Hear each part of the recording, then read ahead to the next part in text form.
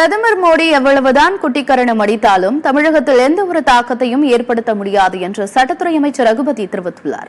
புதுக்கோட்டை அடுத்த பூசத்துறை தெற்கு உள்ளாறு பகுதியில் 1.5 கிலோமீட்டர் தூரம் தூர்வாரும் பணியை அமைச்சர் ரகுபதி தொடங்கி வைத்தார். இதன் பின்னர் செய்தியாளர்களை சந்தித்த அவர், ராஜீவ்காந்தி கொலை வழக்கில் விடுதலை செய்யப்பட்டு வெளிநாடு செல்ல விரும்புபவர்களை அந்நாடுகளுக்கு அனுப்பி வைக்க தமிழக அரசு முயன்று வருவதாக கூறினார்.